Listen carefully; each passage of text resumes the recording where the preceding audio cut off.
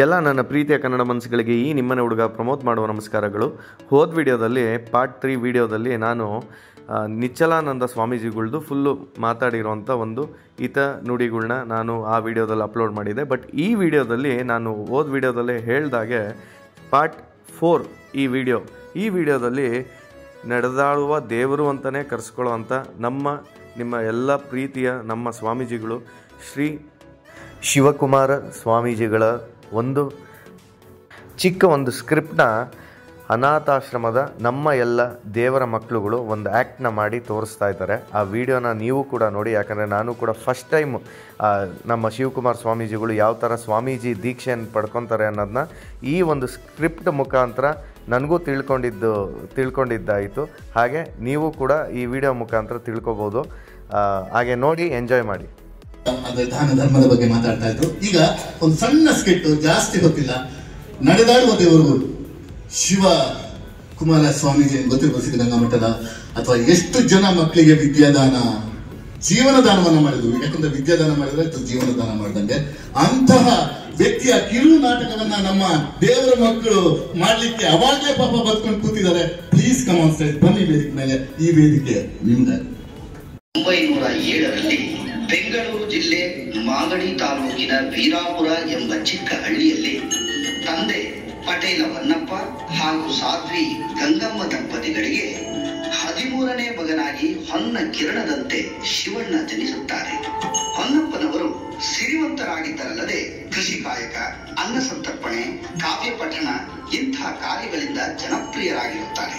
ಪತ್ನಿ ಗಂಗಮ್ಮ ಮಕ್ಕಳನ್ನು ಸಂಸ್ಕಾರವಂತರನ್ನಾಗಿ ಬೆಳೆಸಿದ ಸದ್ಗೃಹಿಣಿ. ಮಗ, ಕಾಲ್ ನೋಯ್ತಿದೀಯಾ? ಇಲ್ಲ ಕಣವ, ಜಾಣ ಮರಿ. ಪುಟ್ಟ, ನೀನು ಸಿದ್ಧಗಂಗಾ ಬೆಟ್ಟ ನೋಡ್ದಲ್ಲ, ಸಣ್ಣಾಗೈತೆ ಅಲ್ವಾ? ಓ, ಸಣ್ಣಾಗೈತೆ. ಅವ ಮೊನ್ನೆ ಶಿವಗಂಗೆ ನೋಡಿದ್ವಲ್ಲ, ಅವನು ಶಿವ ಅಲ್ವಾ? ಹ್ಞೂ ಕಣ ಮಗ. ಇವತ್ತು ಸಿದ್ಧಗಂಗೆ ನೋಡಿದ್ವಲ್ಲ, ಅವನು ಶಿವ ಅಲ್ವಾ? ಹ್ಞೂ ಕಣ ಮಗ, ಅವನು ಶಿವನೇ. ಅವನ್ ಬೇರೆ ಶಿವ, ಇವನ್ ಬೇರೆ ಶಿವನ?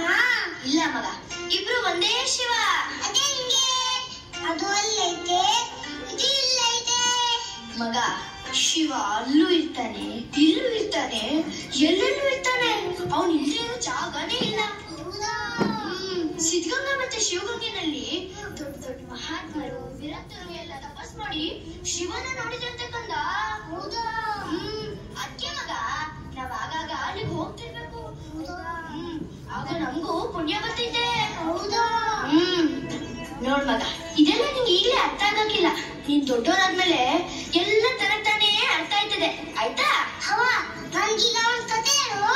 ಯಾವ ಕತೆ ಹೇಳಿ?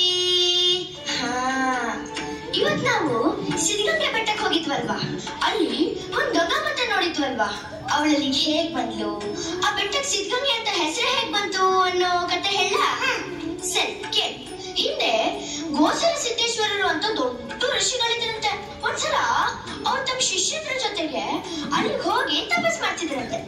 ಹಿಂಗೆ ಒಂದ್ ರಾತ್ರಿ ತಪಸ್ ಮಾಡ್ತಾ ಕೂತ್ಕೊಂಡಿರುವಾಗ ಒಬ್ಬ ವಿರಕ್ತನಿಗೆ ತುಂಬಾ ಬಾಯಾರಿಕೆ ಆಗುತ್ತಂತೆ. ಆಗ ಅವನಿಗೆ ಕುಡಿಯೋಕ್ ನೀರೇ ಸಿಗ್ಲಿಲ್ವಂತೆ. ಯಾಕಂದ್ರೆ ಅದು ಸುತ್ತಲ ಬೆಟ್ಟ ಅಲ್ವಾ, ಅದಕ್ಕೆ ಸಿಗ್ಲಿಲ್ವಂತೆ. ನೀರು ಅಂತ ಒದ್ದಾಡ್ತಿರೋ ಆ ವಿರಕ್ತನ್ನ ನೋಡಿ ಗೋಸಲ ಸಿದ್ದೇಶ್ವರರು ಅಲ್ಲಿದ್ದು ಒಂದು ಕಳ್ಳು ಬಂಡೆಗೆ ತಮ್ಮ ಮಣಕಾಳಿಂದ ಅಂತ ಒದ್ರಂತೆ ಕಂದ. ಹೌದಾ? ಹೀಗೆ ಸಿದ್ದೇಶ್ವರರ ಕೃಪೆಯಿಂದ ಆ ತಾಯಿ ಧರೆಗೆಲ್ದು ಬಂದ್ಲು ಕಂದ. ಸಿದ್ಧರ ಕೃಪೆಯಿಂದ ಆ ಬೆಟ್ಟದಲ್ಲಿ ನೀರು ಉದ್ಭವವಾಗಿದ್ದಕ್ಕೆ ಸಿದ್ಧಗಂಗಾ ಅಂತ ಹೆಸರು ಬಂತಂತೆ. ಹೌದಾ?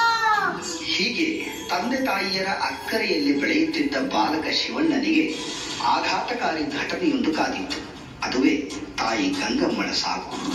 ತಾಯಿಯನ್ನ ಕಳೆದುಕೊಂಡ ಶಿವಣ್ಣ ತಂದೆ ಮತ್ತು ಅಕ್ಕನ ಆರೈಕೆಯಲ್ಲಿ ಕನ್ನಡ ಮತ್ತು ಇಂಗ್ಲಿಷ್ ಲೋಯರ್ ಸೆಕೆಂಡರಿ ಪರೀಕ್ಷೆಯಲ್ಲಿ ಉನ್ನತ ಶ್ರೇಣಿಯಲ್ಲಿ ತೇರ್ಗಡೆಯಾಗಿ 1922ರಲ್ಲಿ ತುಮಕೂರಿಗೆ ಬಂದ ಶಿವಣ್ಣ ಅಲ್ಲಿನ ಸರ್ಕಾರಿ ಹೈಸ್ಕೂಲಿಗೆ ಸೇರಿ ಒಂದು ಕೊಠಡಿಯನ್ನು ಬಾಡಿಗೆಗೆ ಹಿಡಿದು ತಾವೇ ಅಡಿಗೆ ಮಾಡಿಕೊಂಡು ಊಟ ಮಾಡುತ್ತಾ ಹೈಸ್ಕೂಲ್ ವಿದ್ಯಾಭ್ಯಾಸ ಮುಂದುವರಿಸುತ್ತಾರೆ. ಆದರೆ ಅವರಿಗೆ ಒದಗಿದ ಆರ್ಥಿಕ ಸಂಕಷ್ಟದಿಂದ ಸಿದ್ಧಗಂಗಾ ಮಠದಲ್ಲಿ ಉದ್ಧಾನಯತಿಗಳು ಆರಂಭಿಸಿದ್ದ ವಸತಿ ಶಿಕ್ಷಣ ಪಡೆಯಲು ಮಠಕ್ಕೆ ಆಗಮಿಸುತ್ತಾರೆ. ಅಜ್ಜವ್ರಿಗೆ ಅಡ್ಬಿದ್ದೆ. ನನ್ನ ಹೆಸರು ಶಿವಣ್ಣ. ಮೆಟ್ರಿಕ್ಯುಲೇಷನ್ ಮುಗಿಸಿದೀನಿ. ಮುಂದೆ ಓದ್ಬೇಕು ಅಂತ ಬಹಳ ಆಸೆ ಇದೆ. ಅದಕ್ಕೆ ನಿಮ್ ಆಶ್ರಯ ಕೇಳ್ಕೊಂಡ್ ಬಂದೆ. ಇಲ್ಲಿರೋಕ್ ಸ್ವಲ್ಪ ಅವಕಾಶ ಕೊಟ್ರೆ. ಆ ಸಿದ್ಧಗಂಗಾ ನಿನಗೆ ಒಳ್ಳೇದ್ ಮಾಡಿ. ಹಿಂದೊಂದ್ಸಲ ನೀನ್ ಇಲ್ಲಿ ಬಂದಿದ್ದೆ ಅಲ್ವಾ? ಬಾ ಬಾ ಶಿವಣ್ಣ. ಇಷ್ಟ ದಿನ ಎಲ್ಲಿದ್ಯೋ ನೀನು? ಬಾ ಕುಳ್ಕೋ. ನಿನ್ನನ್ನೇ ಎದುರು ನೋಡ್ತಿದ್ದೆ. ತಗೋ ಹಿಡಿ. ಚೆನ್ನಾಗಿ ಓದು. ಮಹಾಪ್ರಸಾದ. ಹೀಗೆ ಮಠಕ್ಕೆ ಪ್ರವೇಶ ಪಡೆದ ಶಿವಣ್ಣ ತನ್ನ ನಡವಳಿಕೆಯಿಂದ ಮಠದ ಅಂದಿನ ಉತ್ತರಾಧಿಕಾರಿಯಾಗಿದ್ದ ಶ್ರೀ ಮರುಳಾರಾಧ್ಯರ ನೆಚ್ಚಿನ ಶಿಷ್ಯನಾಗಿ ಹೈಸ್ಕೂಲ್ ಶಿಕ್ಷಣವನ್ನು ಮುಗಿಸುತ್ತಾರೆ. ನಂತರ ಬೆಂಗಳೂರಿನ ಸೆಂಟ್ರಲ್ ಕಾಲೇಜಿನಲ್ಲಿ ಪದವಿ ವ್ಯಾಸಂಗ ಮಾಡುತ್ತಿದ್ದಾಗ 1930 ಜನವರಿ 16ರಂದು ಮಠದ ಉತ್ತರಾಧಿಕಾರಿಗಳಾದ ಶ್ರೀ ಮರುಳಾರಾಧ್ಯರು ಹಠಾತ್ ಲಿಂಗೈಕ್ಯರಾದರೆಂಬ ಸುದ್ದಿ ತಿಳಿದು ಮಠಕ್ಕೆ ಧಾವಿಸುತ್ತಾರೆ. ಆಗ ಅಜ್ಜವ್ರಿಗೆ ಅಡ್ಬಿದ್ದೆ. ಆ ಶಿವಣ್ಣ, ಮರುಳಾರಾಧ್ಯರ ನಂತರ ಮಠದ ಉತ್ತರಾಧಿಕಾರಿಗಳು ಯಾರೆಂದು ನಾವು ಜನಾಭಿಪ್ರಾಯವನ್ನು ಸಂಗ್ರಹಿಸಿದಾಗ ಎಲ್ಲರೂ ನಿನ್ನ ಹೆಸರನ್ನೇ ಸೂಚಿಸಿದ್ದಾರೆ. ಸಿದ್ಧಗಂಗನ ಪ್ರೇರಣೆಯೂ ಅದೇ ಆಗಿದೆ. ನಿನ್ನ ಅಭಿಪ್ರಾಯವೇನು? ಗುರುಗಳ ಆಜ್ಞೆ. ನಾನು ತಯಾರಿದ್ದೇನೆ. ಚೆನ್ನಾಗಿ ಯೋಚನೆ ಮಾಡಿ ಹೇಳು ಶಿವಣ್ಣ. ಸನ್ಯಾಸಿಯ ಬದುಕು ಹಾಲು ತುಪ್ಪ ತಿಂದಷ್ಟು ಸುಲಭವಲ್ಲ. ಸನ್ಯಾಸತ್ವ ಅಂದರೆ ಎಲ್ಲದರಿಂದ ವಿರಕ್ತನಾಗುವುದು ಅಲ್ಲ. ಸನ್ಯಾಸಿಯ ಜೀವನ ಕತ್ತಿಯ ಅಲಗಿನ ಮೇಲೆ ನಡೆದ ಹಾಗೆ. ಇಡೀ ಸಮಾಜವನ್ನೇ ತನ್ನ ಸಂಸಾರವೆಂದು ಬಾಳುವವನೇ ನಿಜವಾದ ಸನ್ಯಾಸಿ. ಈಗ ಗುರು ಬೆನ್ನ ಹಿಂದೆ ಇದ್ದರೆ ಗುರಿ ತಲುಪುವುದು ಕಷ್ಟ ಅಲ್ಲ ಗುರುಗಳೇ. ನಿಮ್ಮ ಆಶೀರ್ವಾದ ಬಂದಿದ್ದರೆ ಸಾಕು. ಆ ಸಿದ್ಧಗಂಗನ ಕೃಪೆ ಸದಾ ನಿನ್ಮೇಲೆ. ಇನ್ನು ಮುಂದೆ ಈ ಮಠಕ್ಕೆ ನೀನೇ ಉತ್ತರಾಧಿಕಾರಿ.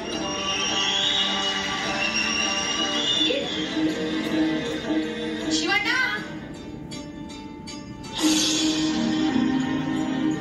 ಅಜ್ಜರ್ ಗಡ್ಬಿದ್ದೆ. ಶಿವಣ್ಣ, ನಾನ್ ಕೇಳಿದ ವಿಷಯ ನಿಜಾನಾ? ಏನಪ್ಪಯ್ಯ? ಸನ್ಯಾಸ ಸ್ವೀಕರಿಸಿ ಮಠಕ್ಕೆ ಉತ್ತರಾಧಿಕಾರಿ ಆಗ್ತಿದ್ಯಂತೆ. ಹೌದಪ್ಪಯ್ಯ.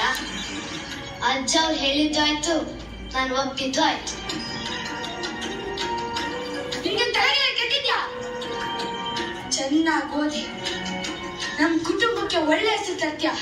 ಆಮೇಲೆ ನಿಂಗ್ ಲಗ್ನ ಮಾಡಿ ನೆಮ್ಮದಿಯ ಕಣ್ ಮುಚ್ಚನ ಅಂತ ಕನ್ಸ್ಕೊಂತಿದ್ರೆ ಸನ್ಯಾಸಿ ಆಗ್ತೀನಿ ಅಂತಿದ್ದಲ್ಲ. ಇದೆಲ್ಲ ಬೇಡ ಮಗ್ನೆ. ಈ ಮಠ ಸಹವಾಸ ಬಿಟ್ಬಿಡು. ಇರೋ ಆಸ್ತಿ ಪಾಸ್ತಿ ನೋಡ್ಕೊಂಡು ರಾಜನ್ ತರ ಇರುವಂತೆ.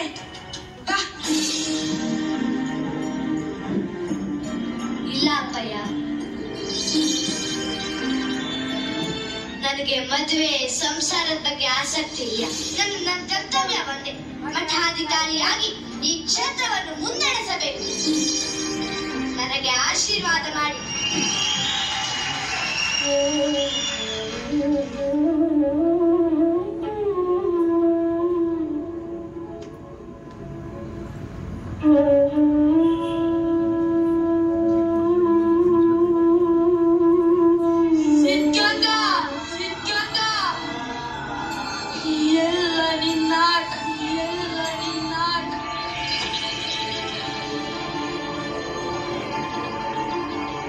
ಶಿವಣ್ಣ, ಇನ್ನೊಂದ್ಸಲ ಸರಿಯಾಗಿ ಯೋಚನೆ ಮಾಡು. ನಾನು ನಿರ್ಧಾರ ಮಾಡಿದ್ದೀನಿ ಗುರುಗಳೇ. ನನಗೆ ವಿದ್ಯುಕ್ತವಾಗಿ ಈಗಲೇ ದೀಕ್ಷೆ ಕೊಡಿ. ಇಲ್ಲವೆಂದರೆ ಸಂಬಂಧಿಕರ ಕಾರ್ಯ ತಪ್ಪುವುದಿಲ್ಲ.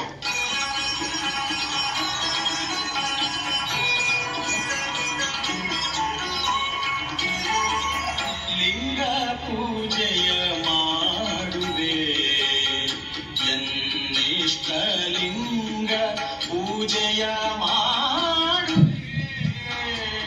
ಅಂಗಯ್ಯ ಮಂಟಪದಿ ಸಡಗರದಿ ಎನ್ನಿಷ್ಟ ಲಿಂಗ ಪೂಜೆಯ ಮಾಡುವೆ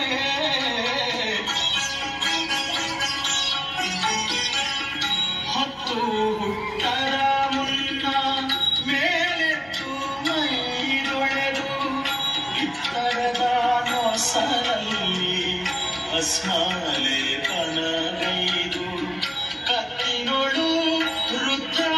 ರುದ್ರಾಕ್ಷಮಾಲೆಯನು ಸಲೆ ತಳೆದು ಪ್ರತ್ಯಹವು ಶಿವಣ್ಣ ಉತ್ತರಾಧಿಕಾರಿ ಆದ್ಮೇಲೆ ಮಠದ ಜವಾಬ್ದಾರಿಗಳನ್ನ ನಿಭಾಯಿಸುವುದು ಸುಲಭದ ಮಾತಲ್ಲ. ಅನ್ನದಾಸೋಹ ಶಿಕ್ಷಣದ ಎಲ್ಲಾ ಜವಾಬ್ದಾರಿಗಳನ್ನ ನೀನೇ ಹೊರಬೇಕು. ಅದಕ್ಕೆ ನಮ್ಮ ಕಡೆಯಿಂದ ಯಾವುದೇ ಸಹಾಯ ಸಿಗುವುದಿಲ್ಲ. ಹಸಿದಾಗ ಅನ್ನ ನೀಡುವಾತ ದಾನಿಯಲ್ಲ, ದಾಸನಾಗಿ ಉಣಬಡಿಸುತ್ತಾನೆ. ಬಡವರಲ್ಲಿ ದೇವರನ್ನು ಕಾಣುವ ಪರಿಪಾಠವಿದು. ಹೀಗಂತೆ ಅಣ್ಣ ಬಸವಣ್ಣನವರು ಹೇಳಿದ್ದಾರೆ. ಅದರಂತೆ ನಾನು ನಡೀತೀನಿ. ನಿಮ್ಮ ಆಶೀರ್ವಾದ ನನ್ನ ಮೇಲಿರಲಿ. ಶಿವಣ್ಣ ತಗೋ, ಅನ್ನದಾಸೋಹ, ಜ್ಞಾನದಾಸೋಹ. ಬೇಡಿ ಬಂದವರಿಗೆ ಆಶ್ರಯ, ಎಂದಿಗೂ ನಿಲ್ಲಿಸಬೇಡ. ತಗೋ. ಜಯ ಸಿದ್ಧಗಂಗಾ.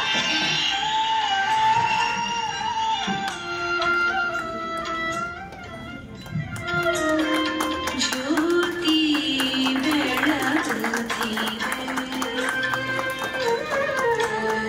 ಜ್ಯೋತಿ. ಜಯ ಸಿದ್ಧಗಂಗಾ. ಬೆಳಗ್ಗೆ ಆಯ್ತು ಅಂದ್ರೆ ಅಯ್ಯ ಸ್ವಾಮಿ ಶಿವಶಂಕರ ತಪ್ಪಂದ್ಬಿಡ್ತಾರೆ. ಏನ್ ಸ್ವಾಮಿಗಳೇ, ಏನಾಗಬೇಕಾಗಿತ್ತು?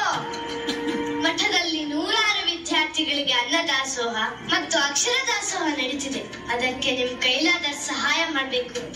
ಆ ಸಿದ್ಧಗಂಗಾ ನಿಮಗೆ ಒಳ್ಳೇದ್ ಮಾಡ್ತಾನೆ. ಹಂಗಂತ ನಾನು ನಿಮ್ಗೆ ಏನಾದ್ರು ಸಹಾಯ ಮಾಡಿದ್ರೆ ನನ್ ಮಗ ನನ್ನನ್ನೇ ಮನೆಯಿಂದ ಹೊರಗಡೆ ಹಾಕ್ತಾನೆ. ಬಂದ್ಬಿಟ್ಟ. ಎಲ್ರು ಈ ಮನೆಯಿಂದ ಒಂದಲ್ಲ ಒಂದಿನ ಹೊರಗೆ ಹೋಗೋರೆ. ಇರೋವರೆಗೂ 4 ಜನರಿಗೆ ಒಳ್ಳೇದ್ ಮಾಡಿದ್ರೆ ಆ ಸಿದ್ಧಗಂಗಾ ಒಳ್ಳೇದ್ ಮಾಡ್ತಾನೆ. ಓ ಹೌದಾ? ನಿಮ್ ಸಿದ್ಧಗಂಗಾ ಅಷ್ಟೊಂದು ಒಳ್ಳೆಯವನ? ಹಾಗಾದ್ರೆ ಒಂದ್ ಕೆಲಸ ಮಾಡಿ, ಇಲ್ಲೇ ರೀ ತಗೊಳ್ಳಿ. ಇದರಲ್ಲಿ 700 ರೂಪಾಯಿ ರೊಕ್ಕ ಇದೆ. ಆಳ ಕೆತ್ತು ತಿಂದು ಎಲ್ಲ ಹಾಳಾಗೋಗಿದೆ. ಇದನ್ನ ಬದಲಾಯಿಸಿ ಹೊಸ ನೋಟ್ ಕೊಡ್ಸಿದ್ರೆ ನಾನ್ ನಿಮ್ಗೆ ಏನ್ ಸಹಾಯ ಬೇಕೋ ಮಾಡ್ತೀನಿ. ಹಾಗೆ ಆಗಿ ತಗೊಳ್ಳಿ. ನಾಳೆ ಮಠಕ್ಕೆ ಬಂದು ನಿಮ್ಮ ಹೊಸ ಹಣ ತೆಗೆದುಕೊಂಡು ಹೋಗಿ.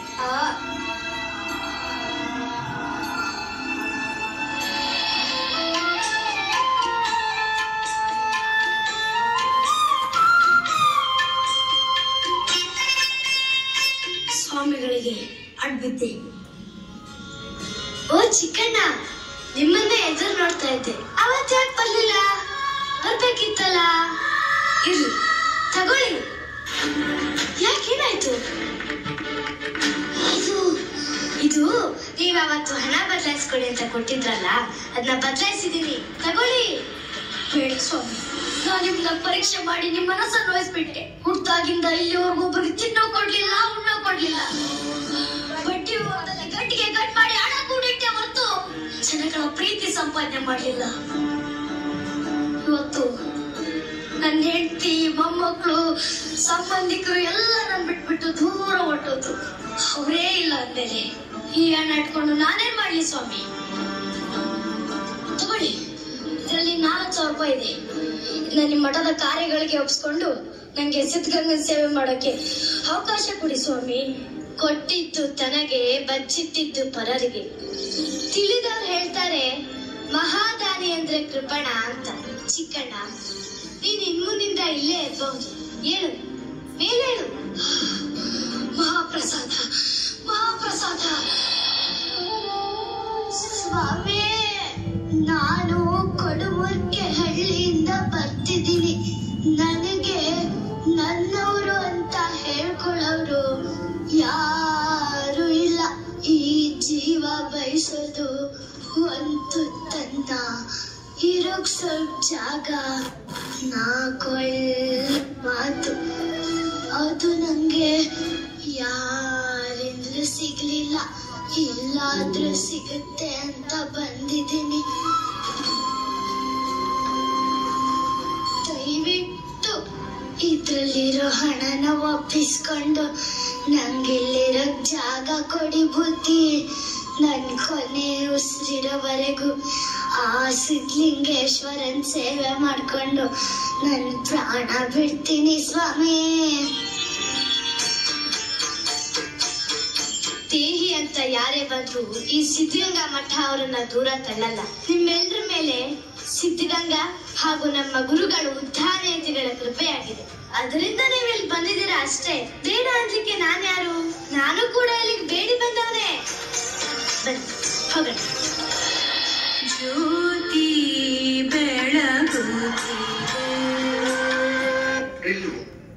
ಪಡಿಸಿದಕ್ಕೆ ನಿಜವಾಗ್ಲೂ ತಮಗೆ ಕೃತಜ್ಞತೆಗಳು.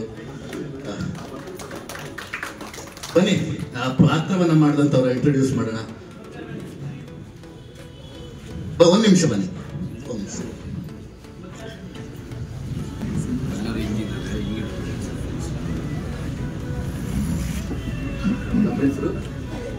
ನನ್ನ ಹೆಸರು ಡೇವಿಡ್. 7ನೇ ಕ್ಲಾಸ್. ವಸಂತ್ 8ನೇ ಕ್ಲಾಸ್. ಕೃಪಾನಂದ 4. 4ನೇ ಕ್ಲಾಸ್. ನನ್ನ ಹೆಸರು ಹಿತೇಶ್. ನಾನು 5ನೇ ತರಗತಿಯಲ್ಲಿ ಓದುತ್ತಿದ್ದೇನೆ. ಈಗ ನಿಮ್ಗೆ ಈ ನಾಟಕ ಮಾಡುವಾಗ ನಿಮ್ಗೆ ಏನ್ ಅನ್ನಿಸ್ತು? ಎಷ್ಟು ದಿನದಲ್ಲಿ ಕಲ್ತ್ರಿ ಈ ನಾಟಕ? ಎಷ್ಟು ದಿನದಲ್ಲಿ? 5 ದಿನದಲ್ಲಿ ಕಲ್ತ್ಬಿಟ್ರ? ಸೊ ಏನ್ ಅನ್ನಿಸ್ತು? ಸುಮ್ಮನೆ ಡ್ರಾಮಾ ಮಾಡ್ಬೇಕು ಮೇಡಮ್ ಬರ್ಡೇಗೆ ಅಂತ ಬಂದ್ರ, ಅಥವಾ ಏನಾದ್ರು ಮೆಸೇಜ್ ಇರ್ಲಿ ಅಂತ ಬಂದ್ರ? ಮೆಸೇಜ್ ಇರ್ಲಿ ಅಂತ ಬಂದ್ರ?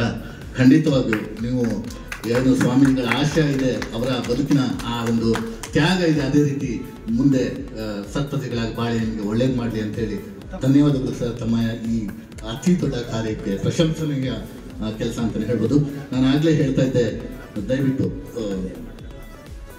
ಪ್ಲೀಸ್ ಇದು ಸ್ಟಿಕ್ ಮಾಡಿದ್ದು ಅಂತ ಹೇಳ್ತಾ ಇದ್ದಾರೆ.